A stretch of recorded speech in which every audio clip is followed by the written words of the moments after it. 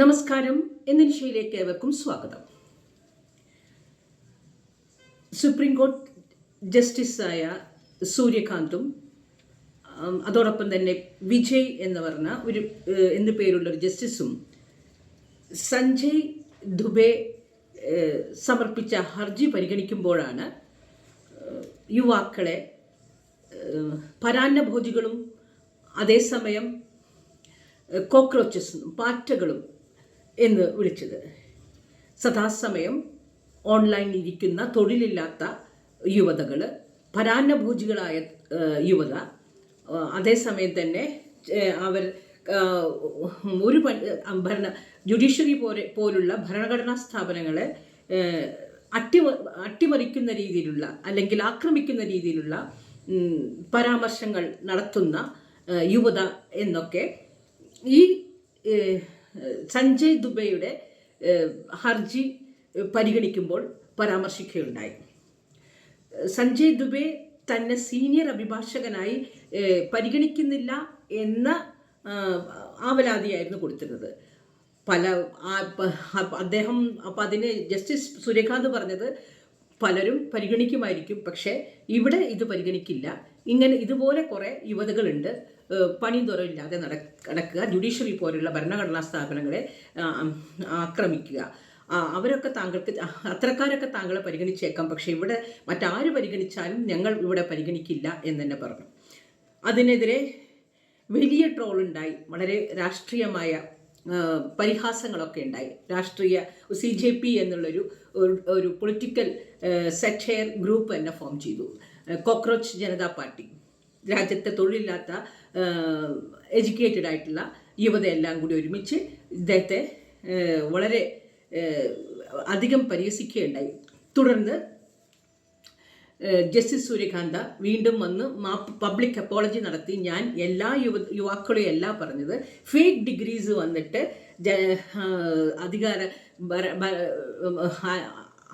അനർഹമായ സ്ഥലങ്ങളിൽ കയറിക്കൂടുന്ന യുവാക്കളെയാണ് ഞാൻ വിളിച്ചത്, എല്ലാ യുവാക്കളെയും അല്ല എന്ന് പറഞ്ഞു. അപ്പോൾ ഫേക്ക് ഇതൊക്കെ സിസ്റ്റം ഫെയിലറാണ്. ഫേക്ക് ഡിഗ്രി എങ്ങനെ കിട്ടുന്നു എന്നുള്ളത് സിസ്റ്റം അറിയാതെ കിട്ടില്ലല്ലോ. ശരിയായ ഒരു മോണിറ്ററിങ് ഇല്ലാത്തത് കൊണ്ടാണല്ലോ അത് അങ്ങനെയൊക്കെ തന്നെ സംഭവിക്കുന്നത്.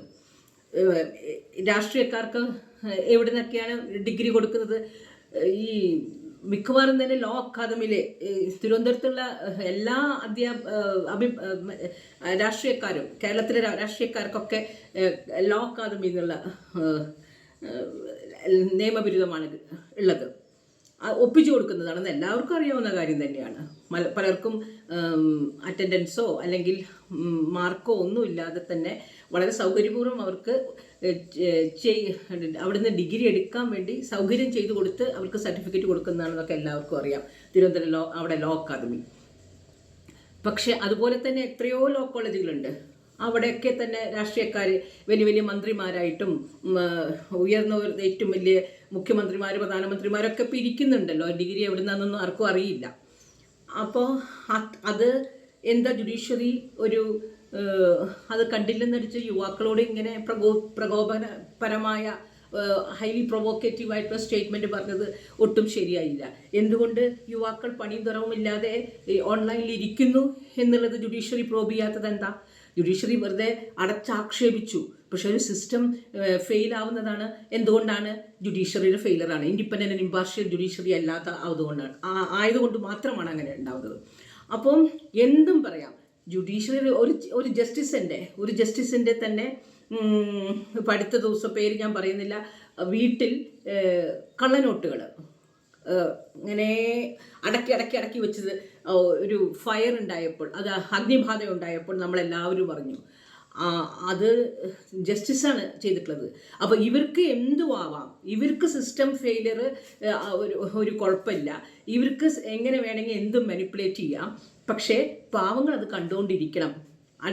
ഭരണഘടനാ സ്ഥാപനങ്ങൾ കയറിക്കൂടി അവിടുത്തെ ഏറ്റവും ഉന്നതമായ പദവികളിൽ ഇരുന്ന് തങ്ങൾക്ക് അനുകൂലമായി എന്തും ചെയ്യാം, ജനങ്ങൾ ചോദ്യം ചെയ്യാൻ പാടില്ല എന്നൊരു സംഗതി ശരിയല്ല. കോക്രോച്ച് ജനതാ പാർട്ടിയെ ഞാൻ ന്യായീകരിക്കുകയല്ല, അത് ഒരുപക്ഷെ നമ്മുടെ ക്രമസമാധാനം അട്ടിമറിക്കപ്പെട്ടേക്കാം. അതുകൊണ്ട് ഞാനത് ന്യായീകരിക്കുകയല്ല. പക്ഷേ ഇത്തരം ജനങ്ങൾ പ്രതികരണശേഷി ഇല്ലാത്തവരല്ല, ജനങ്ങൾ മന്ദബുദ്ധികളല്ല, ജനങ്ങളെല്ലാം മനസ്സിലാക്കുന്നുണ്ട്.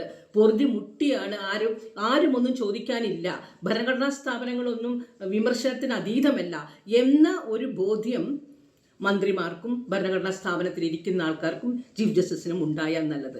കാലാകാലങ്ങളായി നാം കാണുന്നു, തെറ്റുകാരൊക്കെ പണത്തിൻ്റെ പേരിൽ ഊരിപ്പോരുന്നത് കാണാം. അവർക്ക് ജസ്റ്റിസ് ഇസ് ബോട്ട്, കാശ് കൊടുത്ത് നീതി വാങ്ങുന്നത് നാം കാണുന്നു. മിണ്ടാതിരിക്കുക നമുക്ക് നിൽക്കും. കോടതി വിധിയല്ലേ നമ്മൾ അനുസരിക്കുക, നമ്മൾ നമിക്കുക എന്ന് പറഞ്ഞ് പൊതുജനം സഹിക്കാൻ തുടങ്ങി. നമുക്കറിയാം, കോടതിക്ക് അറിയാം ആരാ കുറ്റം ചെയ്തിട്ടുള്ളതെന്ന്. പക്ഷെ പണത്തിൻ്റെ പുറത്ത് കോടതി വെറുതെ വിടുന്നത് കാണാം. അതൊക്കെ നിങ്ങൾ അങ്ങോട്ട് കണ്ടോളൂ. ഞങ്ങൾ ഭരണഘടനാ സ്ഥാപനത്തിൽ ഇരിക്കുന്നത് ഞങ്ങളുടെ മിടുക്ക്, ഞങ്ങൾ പറയുന്നത് നിങ്ങൾ അങ്ങ് അനുസരിക്കുക എന്ന വ്യവസ്ഥിതിയേറ്റാണ് ഇപ്പോൾ വ്യവസ്ഥിതിയുടെ മുഖത്ത് ഏറ്റ പ്രഹരമാണ് ഈ ഡിജിറ്റൽ പ്രതിരോധം യുവാക്കളുടെ എന്നേ ഞാൻ പറയുള്ളൂ. കോക്രോച്ച് ജനതാ പാർട്ടി അല്ലെങ്കിൽ ജഡ്ജിക്ക് എൻ്റെ യുവതകളെ പാറ്റ എന്ന് വിളിക്കേണ്ട ആവശ്യം? അങ്ങനത്തെ ഒരു സംവിധാനം ഉണ്ടാക്കി കൊടുക്കുമ്പോൾ ഭരണകൂടത്തെയല്ലേ വിമർശിക്കുന്നുണ്ടത്. അത് ജഡ്ജിക്ക് എന്തും പറയാമെന്നൊന്നുമില്ല. പാറ്റ എന്ന് വിളിക്കുക, പരാന്നഭോജികൾ എന്ന് വിളിക്കുക, അന്തസ്സില്ലാത്ത ഒരു ആത്മാഭിമാനം ഇല്ലാത്ത യുവത എന്ന് വിളിക്കുക എന്ന് ജഡ്ജി ആയതുകൊണ്ട് എന്തും പറയാമെന്നൊന്നുമില്ല. നേരിട്ട് കേസൊക്കെ അന്വേഷിക്കാം എവിടുന്ന് വരുന്നു എന്നുള്ളത്. അപ്പോൾ അതിനെതിരെ ഈ യുവത ഉണർന്നു എങ്കിൽ അതിനെ നാം പ്രോത്സാഹിപ്പിക്കുകയല്ല, പക്ഷേ എന്തും ചെയ്യാമെന്ന് എന്ന ഒരു ബോധ്യത്തിൽ ഭരിക്കുമ്പോൾ ഡെമോക്രസിൻ്റെ വാള് പോലെ ജനങ്ങൾ മന്ദബുദ്ധികളല്ല, എല്ലാം അറിയുന്നുണ്ട്, എപ്പോൾ വേണമെങ്കിൽ നമ്മളും അട്ടിമറിക്കപ്പെടാം എന്ന ബോധ്യം ഒരാൾക്ക് അല്ലെങ്കിൽ ഭരണഘടനാ സ്ഥാപനങ്ങളിൽ ഇരിക്കുന്ന ആൾക്കാർക്ക് ഉണ്ടാവുന്നത് എത്രയും വളരെ നല്ലതാണ്. അല്ല എങ്കിൽ അട്ടിമറിക്കപ്പെട്ട് ടോട്ടൽ കയോസ് വന്നതിന് ശേഷമേ തിരിച്ചറിവുള്ളൂ. അപ്പോൾ ഈ തിരിച്ചറിവോടുകൂടി ഭരണം വേണം എന്നുള്ളതാണ് ഈ പൊളിറ്റിക്കൽ സെറ്റയർ ഗ്രൂപ്പ് നമ്മെ ഓർമ്മിപ്പിക്കുന്നത്. അവർക്ക് കൃത്യമായ മാനിഫെസ്റ്റോ ഉണ്ട്. ആ മാനിഫെസ്റ്റോയിൽ പറയുന്ന കാര്യങ്ങളൊക്കെ വളരെ നല്ലതാണ്. എത്ര കാലമായി 50% സ്ത്രീകൾക്ക് 50% സ്ത്രീകൾക്ക് എന്ന് പറഞ്ഞ് ഇലക്ഷൻ വരുമ്പോൾ ആകെ ഒരു മലക്കം മറിച്ചിൽ അപ്പോൾ സ്ത്രീകളെ അകറ്റി നിർത്തുന്നത് അത് നല്ലതാണോ? അത് സംസ്ഥാന കേന്ദ്ര ക്യാബിനറ്റ് മന്ത്രിസഭകളെല്ലാം തന്നെ 50% പദവികളെല്ലാം തന്നെ സ്ത്രീകൾക്ക് വേണം എന്ന് നിർബന്ധമാക്കാനാണ് അവരുടെ മാനിഫെസ്റ്റോയിൽ ആദ്യം തന്നെ പറയുന്നത്. അത് ന്യായവുമാണ്. പിന്നീട് അവർ പറഞ്ഞ അഴിമതി ഏത് തരത്തിലും നിർത്തലാക്കണം. അഴിമതി കണ്ടില്ലെന്ന് നടിക്കരുത്. കാരണം ഇപ്പോൾ അഴിമതി ഉണ്ടാകുന്ന കോടതിയിൽ പോയി നമ്മൾ അഴിമതിക്ക് വേണ്ടി കോടതിയിൽ പോകുമ്പോൾ നമുക്ക് നീതി കിട്ടാത്തത് എന്താ? പലപ്പോഴും ജസ്റ്റിസിനൊക്കെ റിട്ടയർ ചെയ്യുമ്പോൾ വിരമിച്ചതിന് ശേഷം വലിയൊരു പദവി, വിരമിക്കലിന് ശേഷം വലിയൊരു പദവിയാണ് അവർക്ക് ഓഫർ ചെയ്യുന്നത്. രാജ്യസഭയിലേക്ക് നോമിനേറ്റ് ചെയ്യപ്പെടുക, അതും അല്ലെങ്കിൽ വേറെ ഏതെങ്കിലുമൊക്കെ പദവി കൊടുക്കുന്നതാണ്. അത് എന്താ? നമ്മുടെ നിഷ്പക്ഷത പണയം വയ്ക്കുകയാണ്. ജുഡീഷ്യറിയുടെ നിഷ്പക്ഷത പണയം വയ്ക്കുകയാണ്. ഈ ഓഫറിൻ്റെ അടിസ്ഥാനത്തെ അവരെ മനിപ്പുലേറ്റ് ചെയ്ത് നീതിയെ അല്ലെങ്കിൽ വിധിയെ സ്വാധീനിക്കുകയാണ് ചെയ്യുന്നത്. അത് ശരിയല്ല. മറ്റുള്ളവർക്ക് വിധി പറയുന്ന ജസ്റ്റിസ് സ്വയം പെർഫെക്റ്റ് ആവണമല്ലോ, അത് ശരിയല്ല. അതാണ് അവരുടെ രണ്ടാമത്തെ ഒരു കാര്യമായിട്ട് അവർ പറയുന്നത്. പിന്നീട് അവർ പറയുന്നുണ്ട് ഒരുപടി കാര്യങ്ങൾ, നല്ല കാര്യങ്ങൾ തന്നെയാണ് അവർ പറയുന്നത്. അതുപോലെ തന്നെ ഡിഫെക്ഷൻ, ആൻറ്റി ഡിഫെക്ഷൻ, അത് രാജീവ് ഗാന്ധിയുടെ സമയത്ത് കൂറുമാറ്റ നിരോധന നിയമമൊക്കെ ഉണ്ടായിരുന്നു. പിന്നീട് അതിന് തേഞ്ഞുമാനപ്പെട്ട് പോയി, അതറിയുന്നേ ഇല്ല. അപ്പോൾ രാഷ്ട്രീയം ഒരു കുതിരക്കച്ചവടവും റിസോർട്ട് രാഷ്ട്രീയമൊക്കെ ആകെ മനിമസപ്പെട്ടു. വിധി വന്നാൽ, ജനവിധി കഴിഞ്ഞു കഴിഞ്ഞാൽ പിന്നെ റിസോർട്ട് രാഷ്ട്രീയം, കുതിരക്കച്ചവടം. അതുകൊണ്ട് തന്നെ ജനവിധി അട്ടിമറിക്കപ്പെടുകയാണ് ചെയ്യുന്നത്. ജനങ്ങൾ എന്താണ് ആഗ്രഹിക്കുന്നത് വെച്ചെങ്കിൽ ഈ റിസോർട്ട് രാഷ്ട്രീയം, കുതിരക്കച്ചവടവും കാരണം ജനവിധി അട്ടിമറിക്കപ്പെടുന്നു. അത് തടയണം എന്നവർ പറയുന്നു. അതുപോലെ ഒരുപിടി നല്ല കാര്യങ്ങൾ പറഞ്ഞ് യുവത വിഡ്ഢികളല്ല, ഓൺലൈനിൽ ഇരിക്കുകയാണ് അലസന്മാരാണെങ്കിലും, എന്നാൽ നിവൃത്തിയില്ലാതാണ്. അത് ഡെമോക്രസിൻ്റെ വാള് പോലെ ഭരണഘടനാ സ്ഥാപനത്തിൽ ഇരിക്കുന്ന ആൾക്കാരുടെ പിന്നിൽ ഡെമോക്രസിൻ്റെ വാൾ തൂങ്ങിക്കിടക്കുന്നുണ്ട്. ഏത് സമയം അട്ടിമറിക്കപ്പെടും എന്നുള്ള ബോധ്യത്തോടു കൂടി ഭരിക്കേണ്ടത് കാലഘട്ടത്തിൻ്റെ ആവശ്യമാണ്, അനിവാര്യതയാണ് എന്നതാണ് ഈ കോക്രോച്ച് ജനതാ പാർട്ടി എന്ന പൊളിറ്റിക്കൽ സെറ്റയർ ഗ്രൂപ്പ് നമ്മളെ ഓർമ്മിപ്പിക്കുന്നത്. അട്ടിമറിക്കപ്പെടേണ്ട എങ്കിൽ, കയോസും കൺഫ്യൂഷനും ഉണ്ടാവരുത് എന്ന് നമ്മൾ ആഗ്രഹിക്കുന്നുണ്ടെങ്കിൽ നീതിയുക്തമായി ഭരിക്കുക എന്ന ഒരു ഓർമ്മപ്പെടുത്തലാണ് ഈ കോക്രോച്ച് ജനതാ പാർട്ടി ഭരണഘടനാ സ്ഥാപനത്തിലിരിക്കുന്ന എല്ലാവർക്കും നൽകുന്നത്. ഒരുപക്ഷെ അവർ പറയുന്നുണ്ട് അത് പാകിസ്ഥാൻ ജനതയാണ്, ബംഗ്ലാദേശി ജനതയാണ്, മറ്റേ ജനതയാണെന്നൊക്കെ പറയാം. ആയിരിക്കാം, ശരിയായിരിക്കാം.